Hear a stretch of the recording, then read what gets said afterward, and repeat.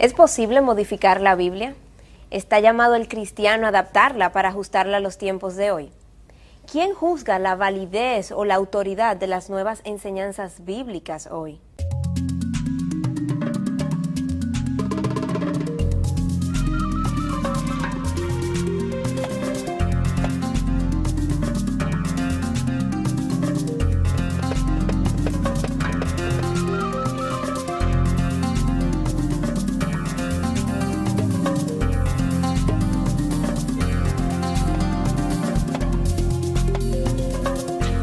Bienvenidos una vez más a esta entrega de respuestas, hoy tratando un tema muy interesante, cómo interpretar la Biblia. Miguel, ¿cómo estás? Muy bien, Patricia, gracias por la oportunidad de estar aquí contigo discutiendo otro tema más de interés para nuestro público, ¿verdad?, televidente. Así es, y de una manera u otra estamos enlazando programas. La semana pasada hablábamos de aquellas características que tiene la Biblia que la hacen no simplemente un libro más, sino la palabra de Dios. Sí, yo creo que fue importante que dejáramos claro, ¿verdad?, que la Biblia no es simplemente otro libro, ni siquiera otro libro más de sabiduría, que la misma Biblia se autodeclara la revelación de Dios para el hombre, y esa es la clave. Y mencionábamos que lo que la caracterizaba, aparte de ser una revelación de Dios, decíamos que tiene la autoridad de la verdad, que le confiere el que está diciendo la verdad, que es inerrante y que es infalible en todas las áreas que toca, ya sean históricas, ya sea con relación a la ciencia, en materia espiritual, todo a lo que se alude la Biblia, entonces es inerrante e infalible. Bueno, yo creo que ese punto hay que enfatizarlo, Patricia, porque mucha gente piensa que, bueno, la Biblia está en todo, pudiera estar correcta en todo lo que tiene que decir con relación al mundo espiritual o al área de la fe, pero que está errada o podría estar errada en áreas de ciencia o de historia o de cualquier otro ámbito, ¿verdad?, que no fuera el ámbito espiritual. Y lo cierto es que si yo no puedo confiar en lo que la Biblia revela históricamente, entonces no puedo confiar en la fuente de revelación. Y si no puedo confiar en la fuente de revelación, no puedo confiar en ninguna de sus partes. Es todo o nada. Yo creo que necesitamos hacer ese ejercicio de lógica para comprender No puedo confiar en la fuente que me va a dar, ya sean las enseñanzas espirituales, de sabiduría, o las enseñanzas históricas y de ciencia tampoco. Absolutamente. Miguel, muchos dicen que se requiere de mucha fe para creer todo lo que la Biblia dice. Bueno, no hay duda, hay un elemento de fe, pero ¿sabes una cosa? Cuando los hombres de ciencia hablan de lo que pasó hace millones o billones de años, ahí hay un elemento de fe, nadie estuvo ahí para comprobar eso. Estamos asumiendo que las leyes de la física funcionaron en esa época de la misma manera que funcionan hoy, y te das cuenta que hay un elemento de fe. Ahora, yo creo que es importante que nosotros hagamos la distinción, ¿verdad?, de que cuando la Biblia habla o hace ciertas afirmaciones de ciencia, como cuando dice que en el libro de Job 26:7, que Dios colgó la tierra, la suspendió de la nada, que eso, que es una afirmación de ciencia, es cierto. Y eso es importante porque en el mundo de la ciencia, hasta los años de 1700, se suponía que los astros colgaban con una especie de cable, si tú quieres, de una especie de sombrilla que daba vuelta. La Biblia siempre sostuvo, no, la tierra está suspendida de la nada. Eso era cierto, por encima de lo que la ciencia afirmaba, y la ciencia, la verdad de hoy, es la mentira de mañana. Así es, no es consistente, no podemos creer todo lo que nos dicen simplemente porque venga de la ciencia. Por otro lado, Miguel, muchos desde fuera opinan que si los creyentes, que si el cristiano de verdad creyera lo que la Biblia dice, viviría de otra forma, y eso lo dice aludiendo quizás a enseñanzas que son muy claras. Pon al que te da en una mejilla, pon la otra, no hagas acepción de personas, no mentirás, no cometas adulterio, que si ese que se llama cristiano creyera de verdad lo que la Biblia dice, viviría de otra forma, dice. Bueno, yo estoy 100% de acuerdo con eso, pero hay que hacer una o dos observaciones en este punto, Patricia. Hay mucha gente que se llama cristiano que no lo es simplemente de nombre, entonces no va a vivir el estándar. Y lamentablemente, aún dentro de aquellos que han nacido de nuevo, que verdaderamente son cristianos, hay mucha incredulidad, tenemos que admitirlo. Si la gente confiara en la fidelidad y soberanía de Dios, por otro lado, para usar otra ilustración, también viviría mucho más confiada y mucho más tranquila. Y sin ansiedad ni sin estrés. Ansiedad. Y aquella frase del hombre que va donde Cristo con un hijo endemoniado y le pide que le ayude, y entonces en un momento dado Cristo le dice, todo es posible para el que cree. Y entonces le dice, Señor, creo, ayúdame a incredulidad. Yo creo que eso es cierto de mucha gente que cree pero tiene mucha incredulidad. Todavía hay áreas en las cuales no confía del todo en Dios. Claro. Al final, Miguel, el aceptar o no la Biblia se reduce a si tienes la suficiente fe para aceptarla o no. Claro, yo creo que sí, pero esa falta de fe yo creo que se debe a dos cosas. Por un lado, el estudio de la palabra que la mayoría de la gente no hace, y ahí que está su revelación. No puedo confiar en alguien en quien no conozco a través de su revelación. Como no le conozco, pues tampoco lo vivo, no tengo una vivencia, una relación con él, no he experimentado su fidelidad. Y es esa relación con él íntima y la experiencia de su fidelidad en mi vida que me lleva a tener una relación íntima con Dios para que yo pueda confiarle. Nadie puede confiar en un Dios a quien no conoce íntimamente. O sea, que hablas de dos cosas. Por un lado, hay la necesidad de conocer de la palabra de Dios, pero por otro lado está la necesidad de tener una relación íntima, de un caminar diario con Dios. Y yo sé, Miguel, que hay un grupo de personas que tienen esta intimidad y esta relación personal con Dios y que creen en Jesús y que tienen una relación con Él. Sin embargo, ellos entienden que hay porciones de la Biblia que son más bien mitos, leyendas, historias, que son formas literarias que nos dan principios, pero que no necesariamente es literalmente lo que la Biblia dice, lo que tenemos que creer. Y es oportuno entonces el momento para irnos a nuestro segmento de Así Dicen, donde le preguntamos a líderes religiosos, ¿cree usted en la Biblia literalmente?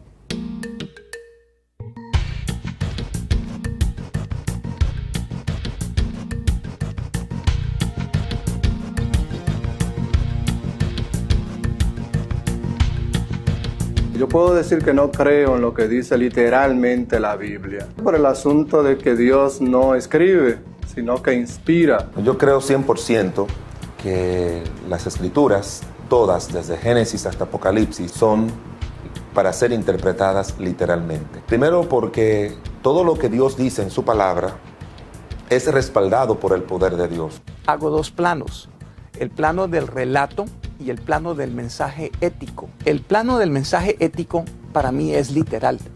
Lo que dice la Torá es lo que el ser humano debe cumplir. La Biblia no es un mensaje histórico, sino un mensaje de salvación. Los milagros, la intervención de Dios en la historia de la nación de Israel, en todas las cosas que Dios dice en su palabra que hace, están acorde con lo que es el poder de Dios. Al plano del relato histórico, el relato bíblico es la percepción humana más perfecta de lo que nosotros hoy llamamos darwinismo, que es una palabra que para muchos no se debe ni pronunciar porque es herejía. Pero creo en la Biblia, en la revelación que Dios tiene en ella, cómo se nos muestra a través de la Sagrada Escritura que contiene la Biblia. Toda la Escritura viene de Dios y que debe ser entendida exactamente como Dios la dio.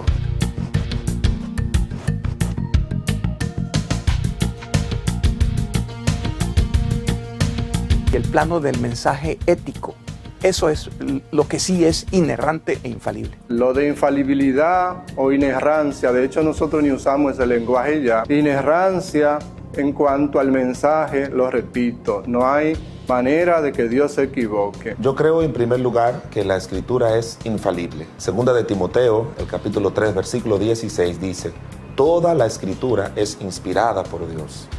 Y esa palabra inspirada en el idioma griego es la palabra teonesto, que significa que fue soplada por Dios. La inerrancia, obviamente que si uno cree que la palabra de Dios fue respirada por Dios, también es inerrante, o sea, libre de todo error. El plano del relato, cuando habla de los animales que nos es permitido consumir, tiene un par de errores técnicos. Como ejemplo de rumiante prohibido porque no tiene la pezuña hendida, pone la liebre o el conejo.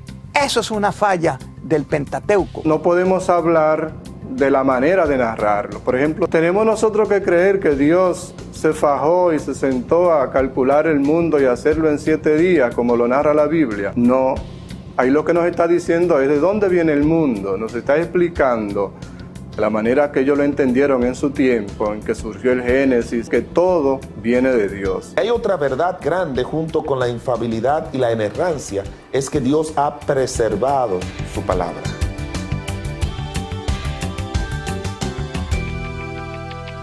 Miguel, ¿crees en lo que la Biblia dice literalmente?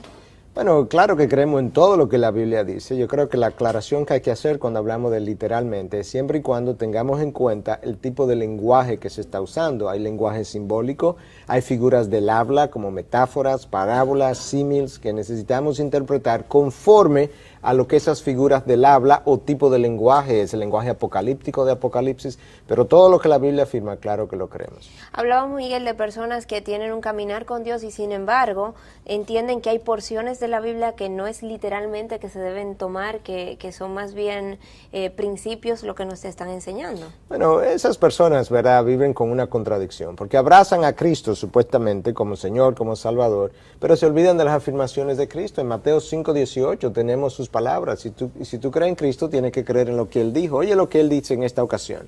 Porque en verdad os digo que hasta que pasen el cielo y la tierra, no se perderá ni la letra más pequeña, ni una tilde de la ley, hasta que toda se cumpla. ¿Esa tilde de la ley es la Biblia? Es una referencia en un contexto dado, es más una referencia al Antiguo Testamento, pero en el contexto mayor, cuando tú lo ves todo, realmente se está refiriendo a toda la palabra, porque de una u otra forma la palabra vuelve y afirma exactamente lo mismo, que todo tiene que ser cumplido al pie de la letra. Tú tienes en Juan 5:39 otra cita donde Cristo dice que ustedes escudriñan las Escrituras porque piensan que en ellas tienen vida eterna y ellas son las que dan testimonio de mí. En otras palabras, si creyeran las Escrituras no me estuvieran rechazando. Cristo afirma una y otra vez la validez de toda la Escritura. Hay pasajes de la Biblia, Miguel, que todos aceptan sin cuestionar. Sin embargo, otros lucen un poco más oscuros, más contradictorios. Y hablábamos hace un rato del ejemplo de aquel pasaje donde dice que Jesús duró 3 días y 3 noches en la tierra. Y sin embargo, sabemos que Jesús muere un viernes, resucita un domingo. ¿No sería esto tomado como un ejemplo de un error en la Biblia? Bueno, si lees la Biblia, ¿verdad?, en el lenguaje en que la tenemos y nunca te preguntas cómo fue escrita y qué pudo haber significado esas palabras o frases en el momento, entonces claro que con frecuencia te va a encontrar con cosas chocantes. Pero si te remontas a 2000 años atrás, en el contexto judío, ellos contaban los días de la siguiente forma. Un día completo o cualquier porción del día equivaldría a todo el día. De manera que Cristo muere el viernes en la noche. Bueno, ahí hay una noche y un día, porque una porción contaba por todo el día. El día sábado está completo, 2 días y 2 noches. Y el domingo Él resucita. Esa porción del día sería contada como toda un día. Tienes un tercer día y una tercera noche. Necesitas saber en el contexto, en el momento, qué significaron las palabras y las frases. El gran teólogo Agustín dijo que los errores no vienen de la revelación de Dios, sino de la mala interpretación del hombre.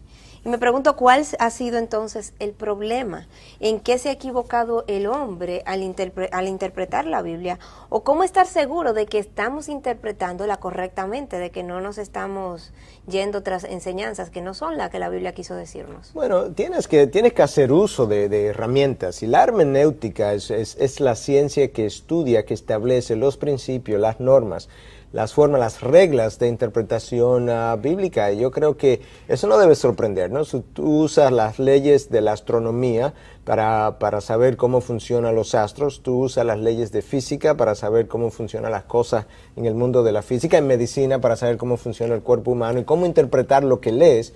Igualmente con la hermenéutica la usa para saber qué dice la Biblia. Entonces, la hermenéutica se aplica para poder estudiar y mirar cómo se estudia, cuáles son las reglas de interpretación de la Biblia. Claro, la palabra hermenéutica viene de la raíz hermeu, si quieres, verá que es una palabra que significa interpretar, traducir, explicar. Es interesante porque el dios en la mitología griega, Hermes, era el mensajero de los dioses. De manera que la hermenéutica es la ciencia que te va a ayudar a interpretar el mensaje de Dios para el hombre. Entonces, Miguel, si existe una ciencia para la interpretación de la Biblia, se entendería que hay un consenso en cuanto a la interpretación de los pasajes bíblicos. Sin embargo, esto no es lo que ocurre. Tenemos enseñanzas que están siendo predicadas diametralmente opuestas una de otras.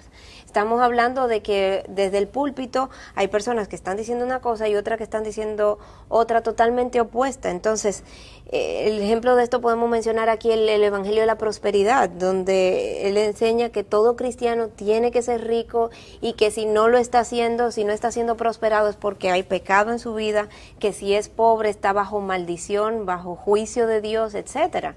Bueno, Patricia, tenemos que recordar lo que ya dijimos en el programa anterior, que Pedro nos había dicho en la misma palabra. Ninguna escritura es de interpretación personal.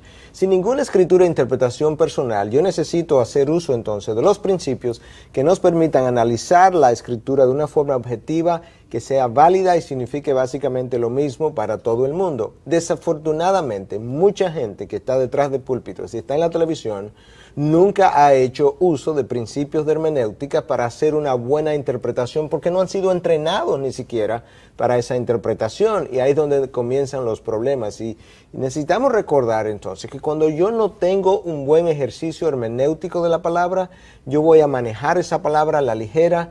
Tenemos que recordar las palabras de Pablo a Timoteo en su segundo libro en 2:15. Pablo estaba altamente preocupado por la forma en que Timoteo iba a manejar la palabra, y oye lo que dice: procura con diligencia presentarte a Dios aprobado, como obrero que no tiene de qué avergonzarse, que maneja con precisión la palabra de verdad. La expresión ahí con precisión es orthotomeo, y eso significa cortar derecho, que no haya ninguna desviación.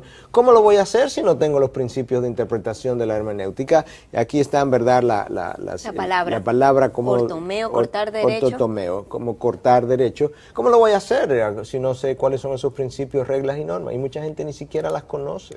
Y muchos se preguntan, ¿qué se requiere para que un predicador permanezca apegado a lo que es la enseñanza, conforme a lo que Dios quiere que se predique, conforme a la enseñanza bíblica real y original? Bueno, aparte de vivir su vida, ¿verdad?, de santidad, caminando con Dios, él necesita hacer aplicación de principios de hermenéutica, principios de interpretación bíblica y sus normas, conocerla y aplicarla.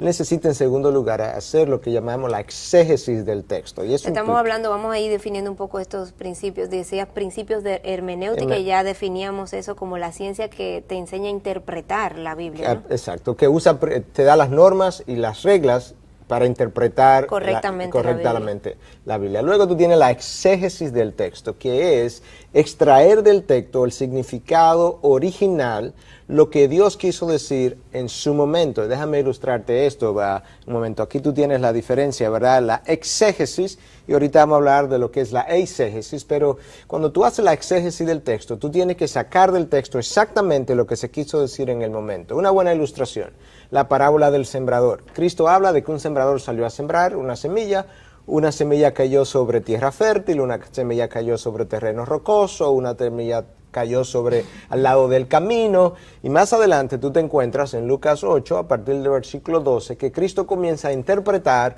lo que él quiso decir con eso.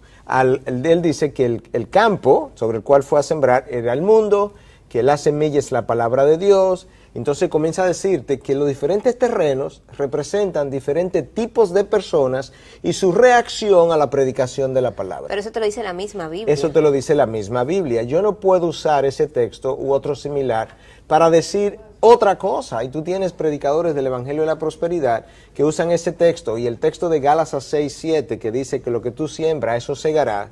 Y te dice que si tú siembras dinero, Dios te devolverá bendiciones económicas también. Eso es introducir lo que tú quieres que el texto diga al texto, y a eso es que llamamos eisegesis.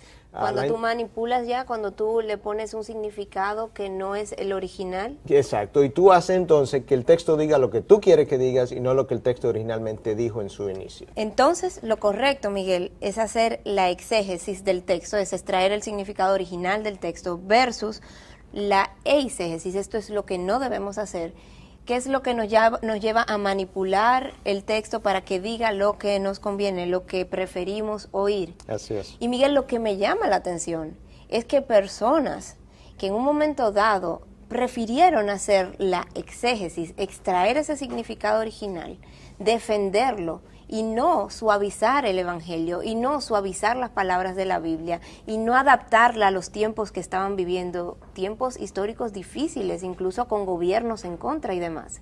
Personas que tomaron esta posición y llegaron a sacrificar mucho mucho hasta su vida misma por defender el Evangelio.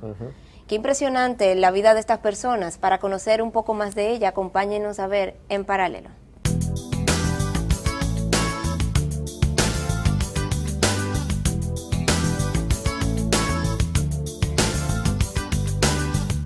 A lo largo de toda la historia del cristianismo, muchos hombres y mujeres sufrieron por defender su fe y en la mayoría de los casos dieron hasta sus vidas, convirtiéndose así en mártires. Los apóstoles fueron capaces de enfrentarse con los que crucificaron a Jesús, capaces de hablar ante muchos y de ir incluso hasta la muerte, predicando las buenas nuevas del Evangelio. ¿Estarías tú dispuesto a entregar tu vida por lo que crees? Por mi creencia, estoy dispuesto a sacrificar todo lo que sea necesario. Parte de mi vida, me importa que me llamen loco. Habría que analizar el punto, hasta qué punto yo me sacrificaría. Excepto mi vida y a mis hijos. No completo, no parte de mi vida. Dependerá de la situación en que yo me encuentre. No lo incluyo a mi familia. Que no afecte mi vida ni la de mi familia. Pero no solo en la historia de la Biblia vemos personas como los apóstoles que estuvieron dispuestos a morir por Cristo. En años recientes todavía vemos mártires que siguen muriendo por defender lo que para ellos es la verdad. En Indonesia, en el año de 1999, un grupo de niños y adolescentes se encontraban en un campamento bíblico. Y mientras esperaban que los recogieran, llegó una pandilla de musulmanes. Estos forzaron a los niños y adolescentes a salir, y específicamente a Roy Ponto, de solo 15 años de edad. A este lo obligaron a pararse frente a la pandilla y le dijeron: niega a Jesús o te matamos. Roy estaba terriblemente atemorizado y temblando respondió: soy un soldado de Cristo. Ante tal respuesta, uno de los atacantes musulmanes hizo blandir una espada hacia su estómago. La espada golpeó la Biblia que Roy estaba sosteniendo, haciéndola caer. El siguiente golpe le abrió el estómago a Roy y su última palabra fue Jesús. Otra historia fue la del pastor Mehdi Dibash de Irán. Fue musulmán de clase alta, donde él y su familia se habían convertido al cristianismo. Se atrevió a traducir programas de radio cristianos y libros al idioma farsi. Fue arrestado en el año de 1985 y acusado de apostasía por negar la fe musulmana. Por esto, la corte lo condenó a muerte y estas fueron parte de sus palabras en su defensa. De todos los profetas, únicamente Jesús resucitó de entre los muertos y permanecerá como nuestro mediador por siempre. Le entregué mi vida en sus manos. Para mí la vida es una oportunidad de servirle y la muerte es un privilegio para llegar a estar con él. Pero después de un mes fue puesto en libertad debido a la atención internacional que había traído este caso. Poco después, Dibash fue encontrado muerto en un parque. Se cree que fue muerto debido a los líderes islámicos que pidieron su ejecución. El ejemplo de estos hombres debería llenarnos de ánimo para enfrentar cualquier circunstancia e inspirarnos a una fidelidad más grande en nuestro servicio a Jesús. ¿Valieron la pena todos estos sacrificios? ¿Qué diría Cristo? Hasta la próxima, En Paralelo.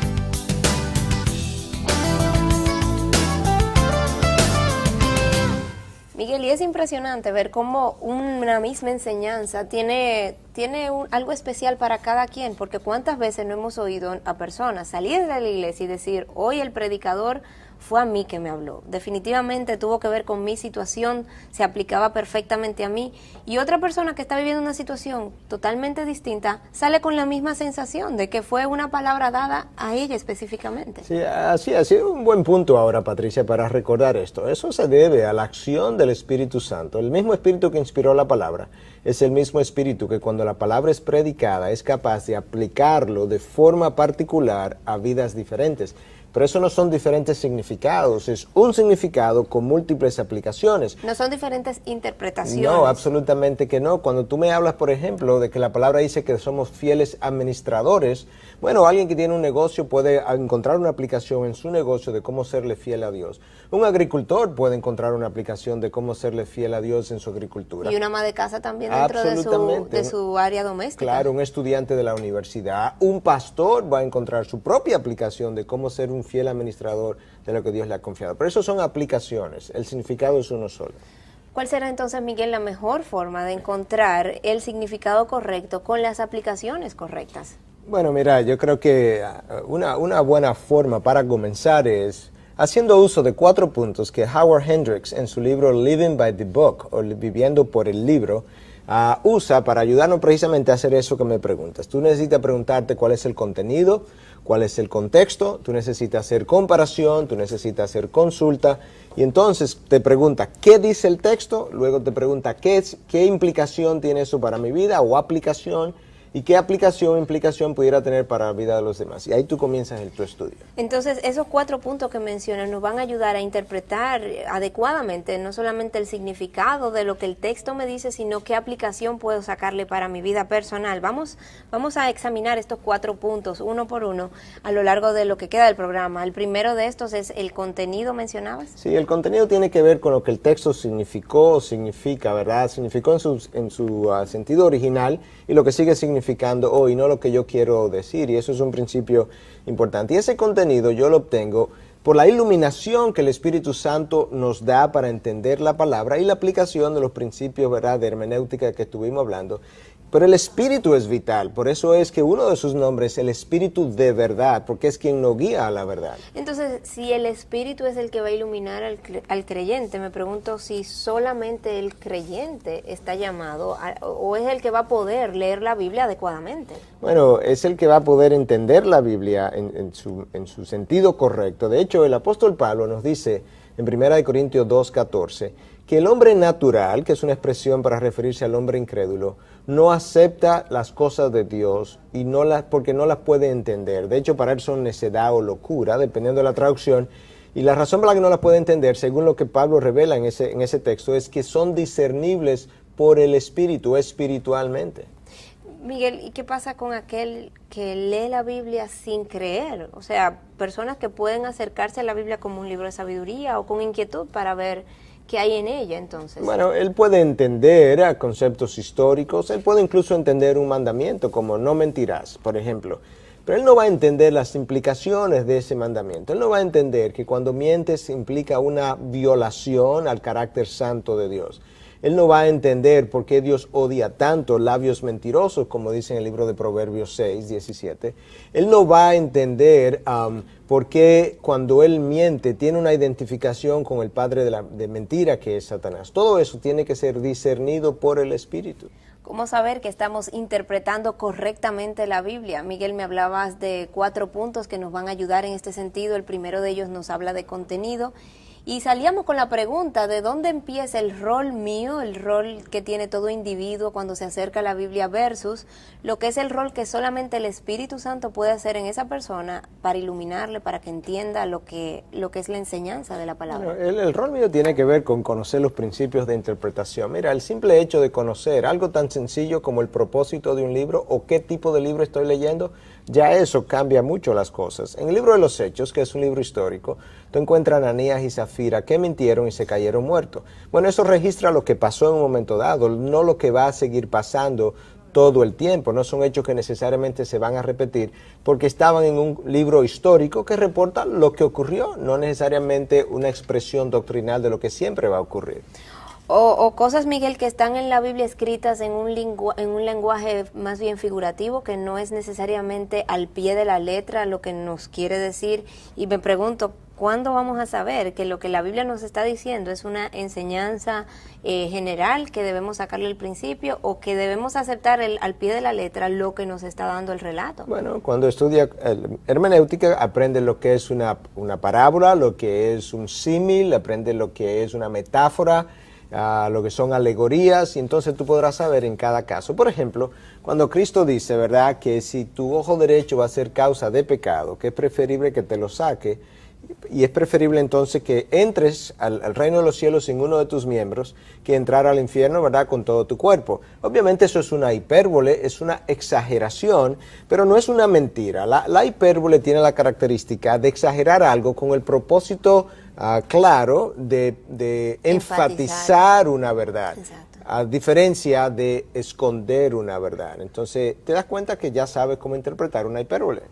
Teníamos otro concepto que íbamos a discutir. El primero de ellos habíamos hablado que es contenido. El segundo de ellos me mencionaste que era la palabra contexto. Claro. ¿Qué quieres decir cuando estamos hablando del contexto? El contexto tiene que ver con lo que se dijo, con cómo se dijo, en qué momento histórico se dijo, en qué porción de la Biblia está. Y una buena ilustración sencilla pero hay cientos de ellas. Es como Romanos 12 comienza, dice, por consiguiente, por tanto.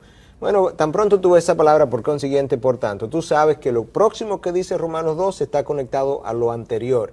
Y en este caso te das cuenta cuando haces un estudio minucioso que en los primeros 11 capítulos Pablo está hablando de la maldad del hombre, de la perdición de la raza humana, está hablando de la imposibilidad de ese hombre llegar a Dios y está hablando entonces de la gracia soberana que Dios le ha dado a ese hombre, que le ha permitido llegar a tener una relación con él y a tener salvación. Por tanto, por consiguiente, Romanos 12 dice, dado todo eso, tú debes tener una respuesta de sacrificio a Dios, debes ofrecerte a Dios como sacrificio vivo, agradable, pero necesitas conocer todo lo anterior. O sea que no es tan sencillo como acercarme a la Biblia por la mañana, abrirla, leer un pedacito de lo que, a ver qué me dice y sacar una enseñanza muy sucinta de un texto del cual no conozco ni lo que viene antes ni lo que viene después, quizás no conozco el contenido, el propósito del libro. Estamos perdiéndonos entonces de mucho, Miguel, cuando hacemos este tipo de acercamiento a la palabra en vez de algo más sistemático o más académico. Claro, te pierdes de mucho, no solamente te pierdes de mucho, en ocasiones ni siquiera sabes lo que se dijo, cómo se dijo, cuándo se dijo, ni qué se dijo incluso muchas veces sabe cuando tú haces ese tipo de cosas. Yo creo que el próximo punto está muy ligado a esto que estamos hablando. El tercer punto nos habla de comparación. Tenemos que comparar de alguna forma lo que estamos leyendo, pero compararlo con qué, pueden preguntar algunos. Bueno, tiene que comparar texto con texto, obviamente. Tienes que saber todo lo que la palabra dice con relación a algo. Tú tienes un texto en Salmo 36 a 37:4 que dice que deleítate en el Señor Jehová y Él te dará todas las delicias o todos los deseos de tu corazón. Los anhelos, de tu corazón, dependiendo de la traducción.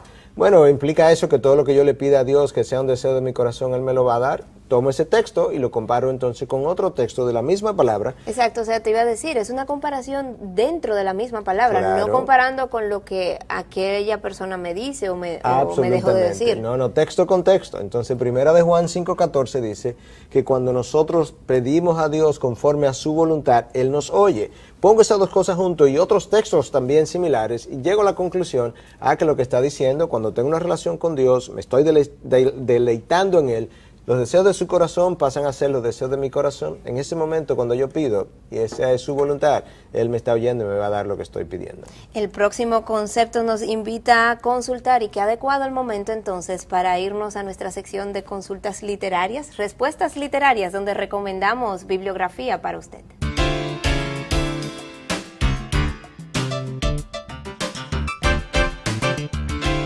Primera obra que vamos a recomendar en el día de hoy es de José Martínez, Hermenéutica Bíblica. Sí, es una obra muy buena, yo creo que bastante extensa y en un lenguaje sumamente llano, fácil de entender. Voy a leer algunos de los títulos de los capítulos. Naturaleza y característica de la Biblia, métodos de interpretación bíblica, la nueva hermenéutica, lenguaje figurado, estudio del fondo histórico, hermenéutica especial, al final exégesis y actualización, las parábolas, las enseñanzas de Jesús, los evangelios, los milagros. Excelente obra, yo creo, y en un lenguaje sumamente digerible. Y qué bueno que esté en español, ¿no? Correcto. Al igual que esta obra, aunque tenemos aquí la versión en inglés, pero sabemos que está en español, de John MacArthur.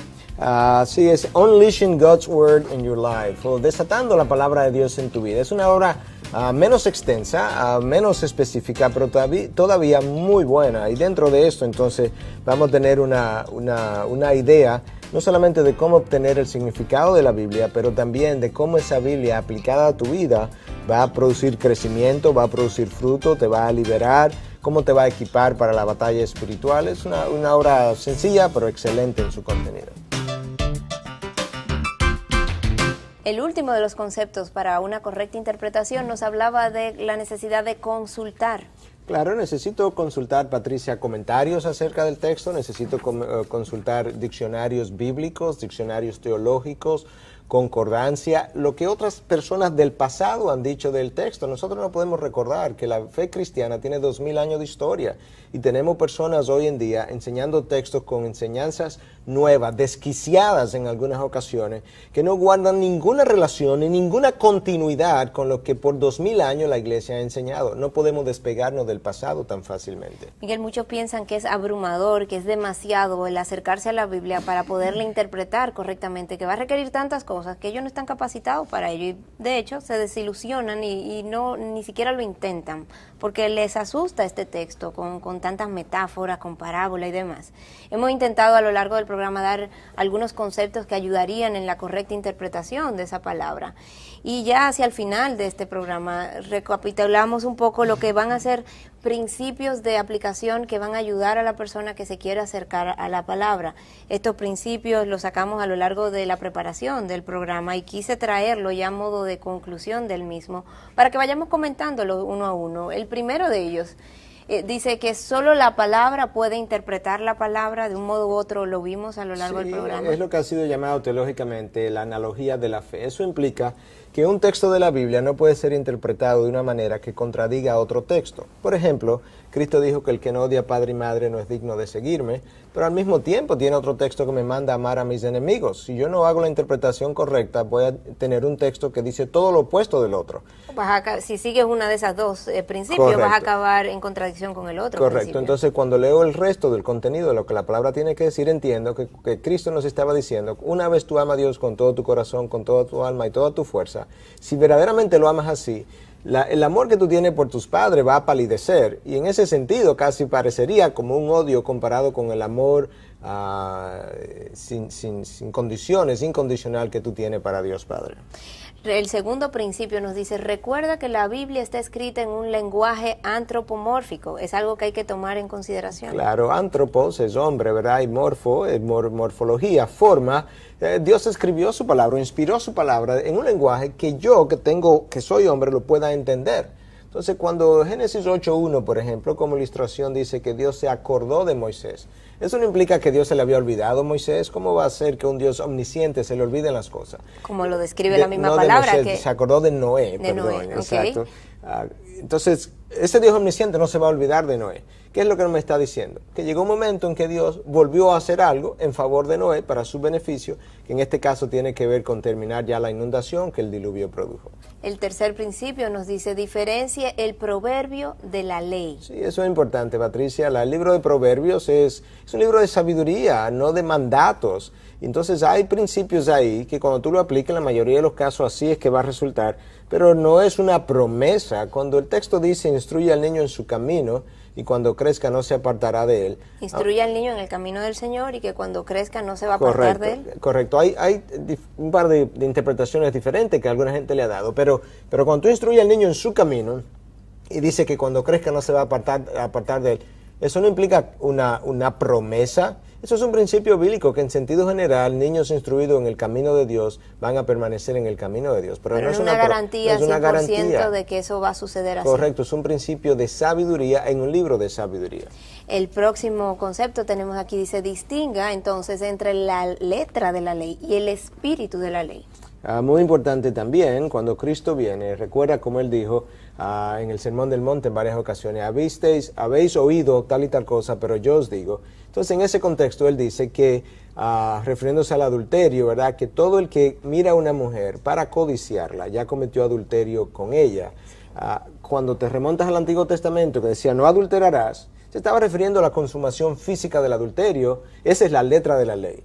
Cristo dice, la letra de la ley tiene un espíritu también, y es que cuando codicias a una mujer para quererla, para tenerla, ya has cometido adulterio, porque el principio de la prohibición es mucho más amplio, y te das cuenta entonces que puedo entender mejor por qué Cristo dijo lo que dijo. Ahora, esos dos adulterios no son lo mismo. La consumación física del adulterio no tiene la misma implicación y consecuencia que ese deseo que no pasó de ser algo mental o emocional. Miguel, yo sé que a lo largo de este programa muchos estarán con muchas inquietudes acerca de pasajes que han leído en la Biblia y que les ha llamado la atención, que les han dejado confundidos en ocasiones. Vamos a irnos entonces a nuestro segmento de preguntas donde usted nos puede hacer llegar sus inquietudes.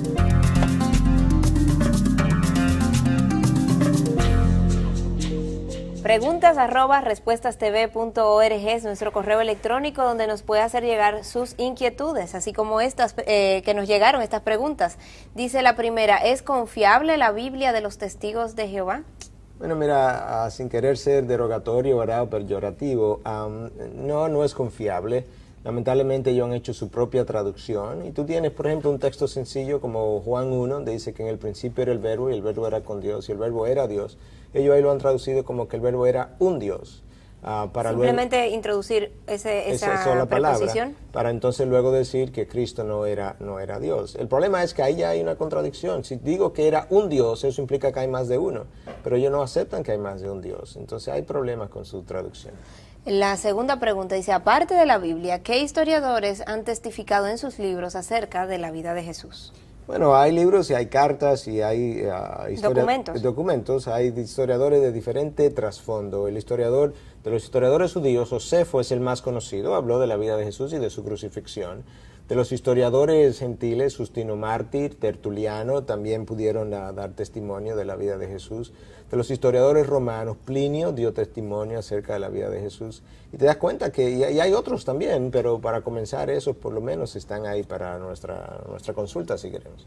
Así es, recuerden amigos, entonces nuestro correo electrónico preguntas@respuestastv.org o dirigiéndose a nuestra página de internet www.respuestastv.org. Allí se dirigen a la sección de preguntas y nos hacen llegar sus inquietudes.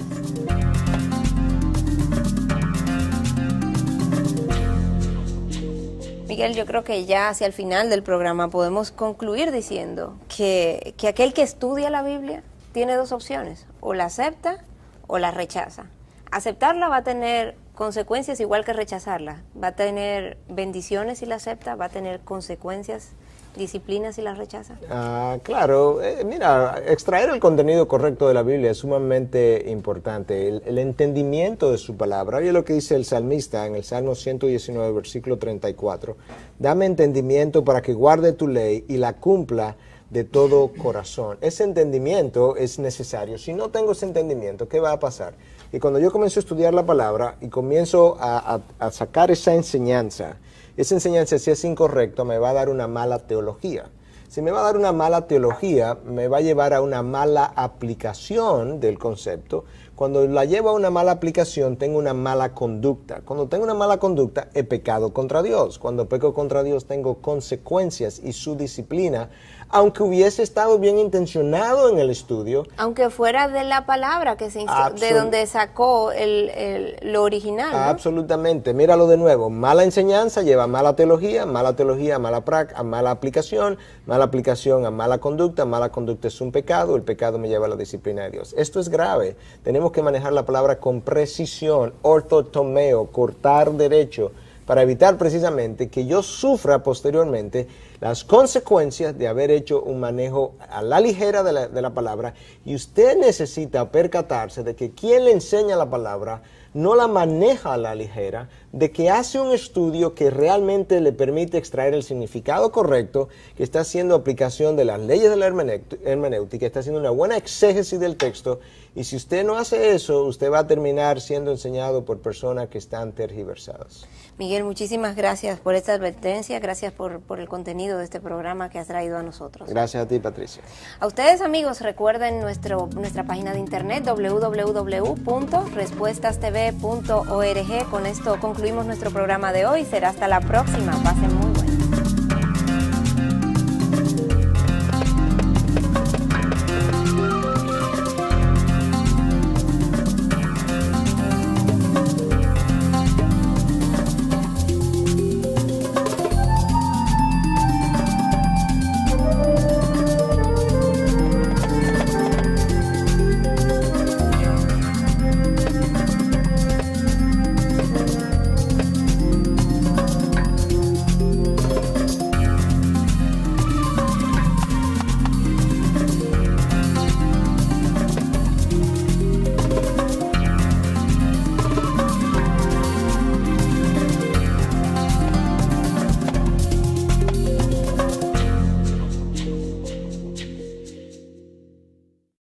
Yo estoy 100% de acuerdo con eso, pero hay que hacer una o dos observaciones en este punto, Patricia. Hay mucha gente que se llama cristiano que no lo es simplemente de nombre, entonces no va a vivir el estándar.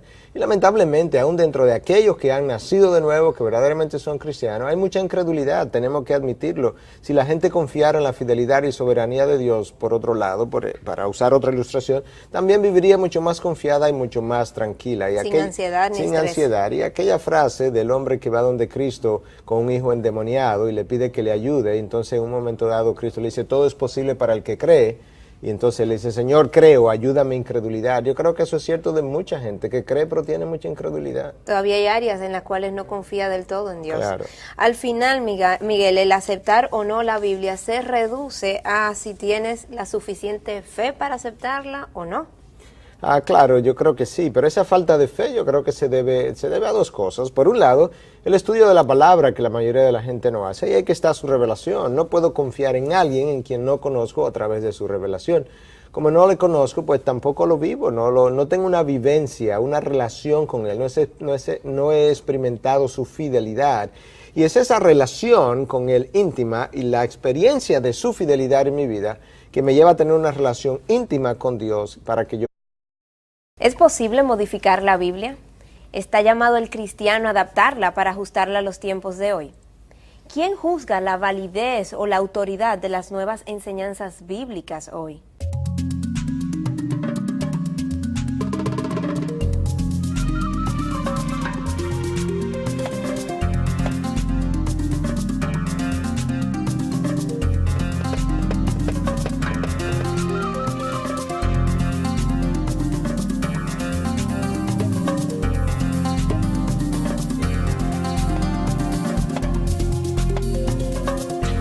Bienvenidos una vez más a esta entrega de respuestas. Hoy tratando un tema muy interesante, cómo interpretar la Biblia. Miguel, ¿cómo estás? Muy bien, Patricia, gracias por la oportunidad de estar aquí contigo discutiendo otro tema más de interés para nuestro público, ¿verdad?, televidente. Así es, y de una manera u otra estamos enlazando programas. La semana pasada hablábamos de aquellas características que tiene la Biblia que la hacen no simplemente un libro más, sino la palabra de Dios. Sí, yo creo que fue importante que dejáramos claro, ¿verdad?, que la Biblia no es simplemente otro libro, ni siquiera otro libro más de sabiduría, que la misma Biblia se autodeclara la revelación de Dios para el hombre, y esa es la clave. Y mencionábamos que lo que la caracterizaba, aparte de ser nadie estuvo ahí para comprobar eso. Estamos asumiendo que las leyes de la física funcionaron en esa época de la misma manera que funcionan hoy, y te das cuenta que hay un elemento de fe. Ahora, yo creo que es importante que nosotros hagamos la distinción, ¿verdad?, de que cuando la Biblia habla o hace ciertas afirmaciones de ciencia, como cuando dice que en el libro de Job 26:7, que Dios colgó la tierra, la suspendió de la nada, que eso, que es una afirmación de ciencia, es cierto. Y eso es importante porque en el mundo de la ciencia, hasta los años de 1700, se suponía que los astros colgaban con una especie de cable, si tú quieres, de una especie de sombrilla que daba vuelta. La Biblia siempre sostuvo, no, la tierra está suspendida de la nada. Eso era cierto, por encima de lo que la ciencia afirmaba. Y la ciencia, la verdad de hoy, es la mentira de mañana. Así es, no es consistente, no podemos creer todo lo que nos dicen simplemente porque venga de la ciencia. Por otro lado, Miguel, muchos desde fuera opinan que si los creyentes, que si el cristiano de verdad creyera lo que la Biblia dice, viviría de otra forma. Y eso lo dice aludiendo quizás a enseñanzas que son muy claras. Pon al que te da en una mejilla, pon la otra, no hagas acepción de personas, no mentirás, no cometas adulterio. Que si ese que se llama cristiano creyera de verdad lo que la Biblia dice, viviría de otra forma, dice. Bueno. Una revelación de Dios. Decíamos que tiene la autoridad de la verdad, que le confiere el que está diciendo la verdad, que es inerrante y que es infalible en todas las áreas que toca, ya sean históricas, ya sea con relación a la ciencia, en materia espiritual, todo lo que a lo que se alude la Biblia, entonces es inerrante e infalible. Bueno, yo creo que ese punto hay que enfatizarlo, Patricia, porque mucha gente piensa que, bueno, la Biblia está en todo, pudiera estar correcta en todo lo que tiene que decir con relación al mundo espiritual o al área de la fe, pero que está errada o podría estar errada en áreas de ciencia o de historia o de cualquier otro ámbito, ¿verdad?, que no fuera el ámbito espiritual. Y lo cierto es que Si yo no puedo confiar en lo que la Biblia revela históricamente, entonces no puedo confiar en la fuente de revelación. Y si no puedo confiar en la fuente de revelación, no puedo confiar en ninguna de sus partes. Es todo o nada. Yo creo que necesitamos hacer ese ejercicio de lógica para comprender No puedo confiar en la fuente que me va a dar, ya sean las enseñanzas espirituales, de sabiduría, o las enseñanzas históricas y de ciencia tampoco. Absolutamente. Miguel, muchos dicen que se requiere de mucha fe para creer todo lo que la Biblia dice. Bueno, no hay duda, hay un elemento de fe, pero ¿sabes una cosa? Cuando los hombres de ciencia hablan de lo que pasó hace millones o billones de años, ahí hay un elemento de fe que pueda confiarle. Nadie puede confiar en un Dios a quien no conoce íntimamente. O sea, que hablas de dos cosas. Por un lado, hay la necesidad de conocer de la palabra de Dios, pero por otro lado está la necesidad de tener una relación íntima, de un caminar diario con Dios.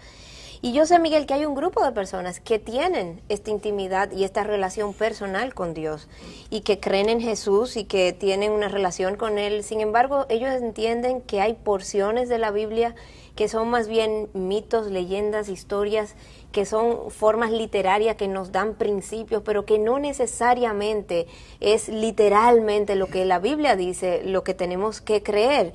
Y es oportuno entonces el momento para irnos a nuestro segmento de Así Dicen, donde le preguntamos a líderes religiosos, ¿cree usted en la Biblia literalmente?